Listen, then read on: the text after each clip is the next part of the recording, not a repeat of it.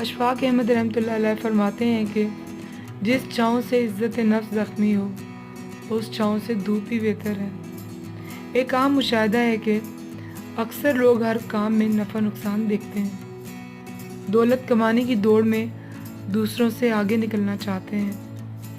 اور بعض اوقات صحیح غلط حرام حلال کا فرق بھول جاتے ہیں۔ یاد رکھنے کی بات یہ ہے کہ ایسی آسائش، ایسا فائدہ جس سے آپ کی خودداری پر آنچ آئے، جس سے سیلف رسپیکٹ ختم ہو جائے، تو اس سے بہتر ہے کہ آپ ایسا کوئی فائدہ، ایسی کوئی آسائش حاصل ہی نہ کریں۔ آپ اس کے بغیر ہی اچھے ہیں، کیونکہ عزت نفس ختم ہو جائے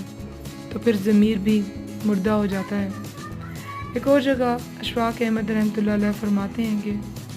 کچھ ہماری دعائیں ایسی بھی ہوتی ہیں جو اگر قبول ہو جائیں تو ہمیں نقصان پہنچنے کا اندیشہ ہوتا ہے، لیکن ہم خدا سے شکوہ کرتے ہیں کہ اللہ آپ نے ہماری دعا قبول نہیں کی،